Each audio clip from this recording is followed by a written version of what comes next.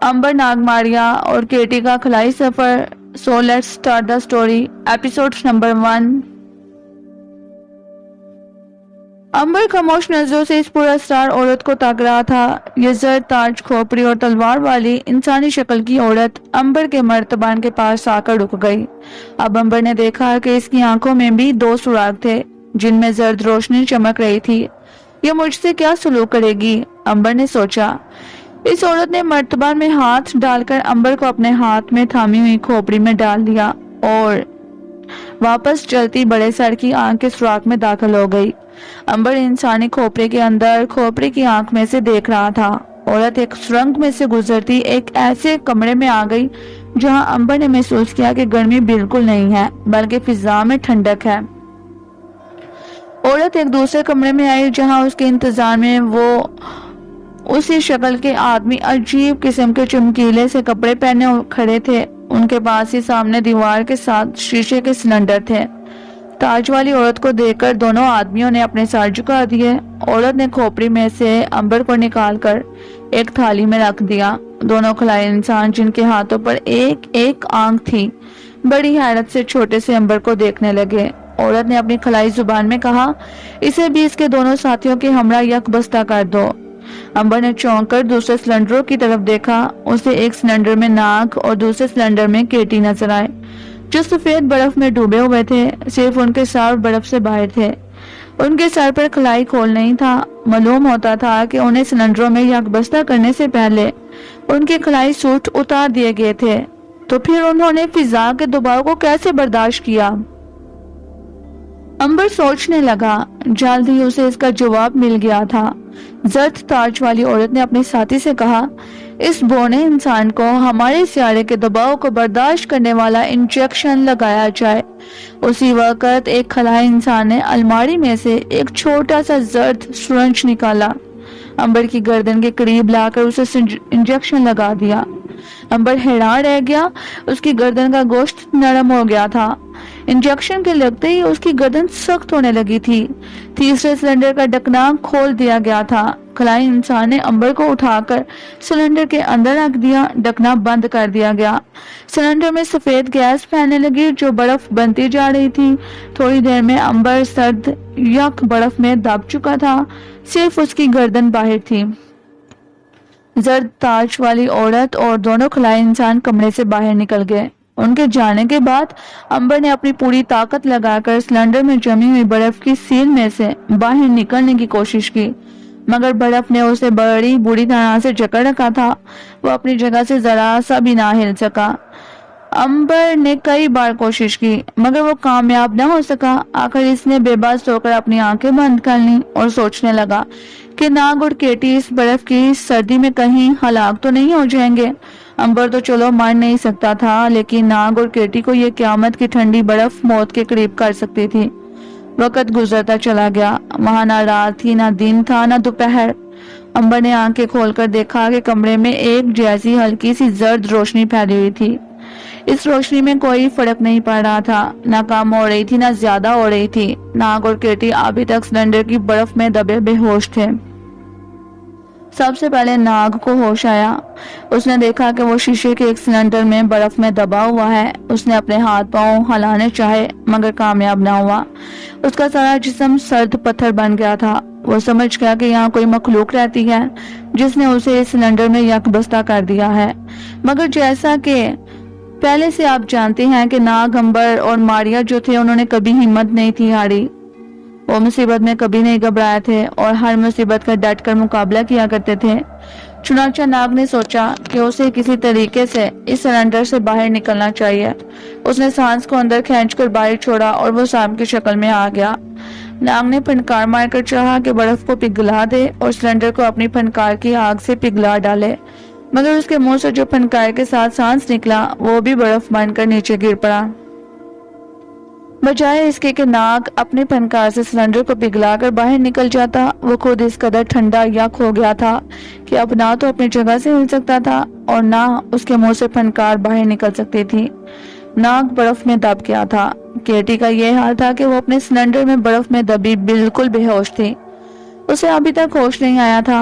ان کا خلائی جہاز باہر بوڑھی پہاڑی کے دامن میں اسی طرح سے موجود تھا کہ اس کی ساری بتیاں بھی بجھی ہوئی تھی۔ اس کے کیبن میں فرعون مصر کی ممی اسی طرح سے تابوت میں لیٹی ہوئی تھی۔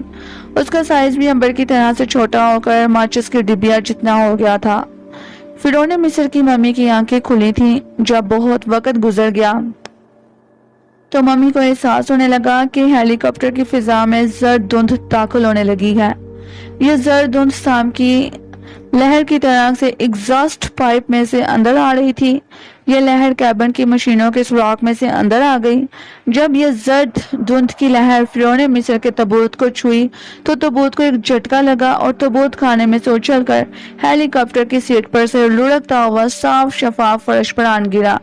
زرد دھند اب کیبن میں پھیل گئی تھی۔ اس کا اثر تابوت پر ہونے لگا اور تابوت میں بڑا ہونا شروع کر دیا۔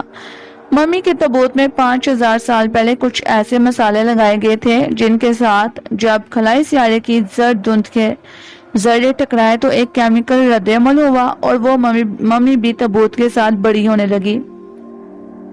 چند سیکنڈوں میں فرعون مصر کی ممی تابوت کے ساتھ ہی بڑی ہو گئی۔ اب اس کا سائز وہی تھا جو ایک عام انسان کا سائز ہوتا ہے۔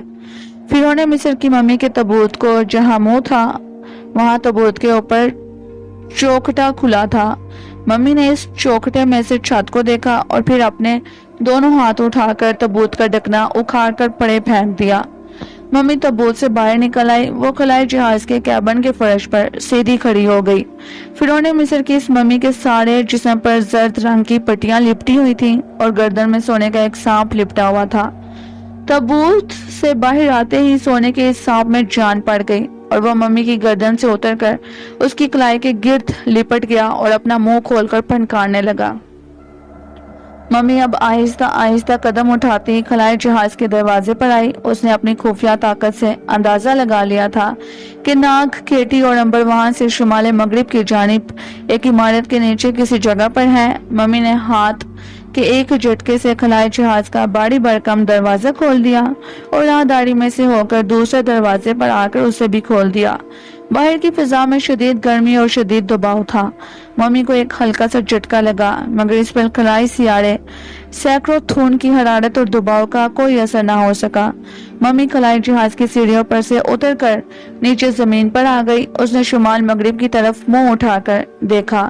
فضا میں وہی زرد دھند پھیلی ہوئی تھی جس نے اسے تابوت میں بڑا کر زندہ کر دیا تھا۔ ممی نے شمال مغرب کی طرف چلنا شروع کر دیا۔ پہاڑی کے پیچھے والے میدان میں آ کر اس نے دیکھا کہ دور ایک عمارت ہے جس کے گرد دھند کی زرد لہریں سام کی طرح سے لپٹی ہوئی ہیں۔ ان لہروں کو دیکھ کر ممی کی کلائی سے لپٹے ہوئے سانپ نے زور سے پھنکار ماری۔ ممی اس عمارت کی طرف چلنے لگی۔ عمارت کا دروازہ پہلے جو کھلا تھا اب بند تھا۔ یہ دروازہ کیا تھا؟ ایک چٹان تھی جو دروازے کے آگے آ گئی تھی۔ ممی آہستہ آہستہ چلتی عمارت کے پیچھے آئی تو دیکھا کہ یہاں ایک تکونی کھڑکی ہے جس پر زرد فولاد کی سلاخیں لگی ہیں۔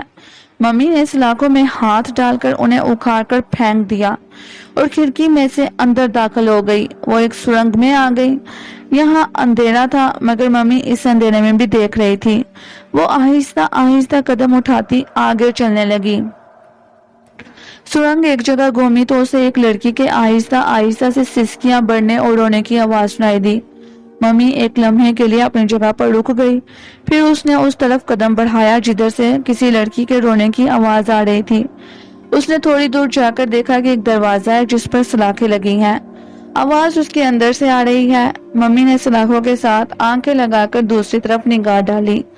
دوسری طرف نیچے ایک چھوٹا سا کمرہ تھا جس کی دیواریں زرد تھیں۔ اس پر کوئی ایسا مسالہ لگایا گیا تھا کہ دیواروں میں سے روشنی نکل رہی تھی۔ درمیان میں ایک سٹریچر بچھا ہوا تھا جس پر ایک لڑکی کو چمڑے کے تسموں سے جکڑا ہوا تھا۔ اس لڑکی کے سر کے اوپر ایک گول کھول لٹک رہا تھا جس سے زرد رنگ کی شعاعیں نکل کر اس لڑکی کے جسم پر پڑ رہی تھی۔ ان زرد شعاعوں میں جانے کیا بات تھی کہ لڑکی کو تکلیف ہو رہی تھی اور وہ رو رہی تھی مگر وہ اپنا جسم نہیں ہلا سکتی تھی۔ ممی نے دیکھا کہ وہ جس کھڑکی کے ساتھ لگ کر کھڑی ہے وہ دوسرے کمرے کا روشن دان ہے۔ کمرہ خالی تھا۔ دیوار کے ساتھ ایک اونچی مشین کھڑی تھی جس کے ڈائل میں رنگ برنگے بلب جل بجھ رہے تھے۔ ممی سے اس لڑکی کی حالت نہ دیکھی گئی، اس نے اس کی مدد کرنے کا فیصلہ کر لیا۔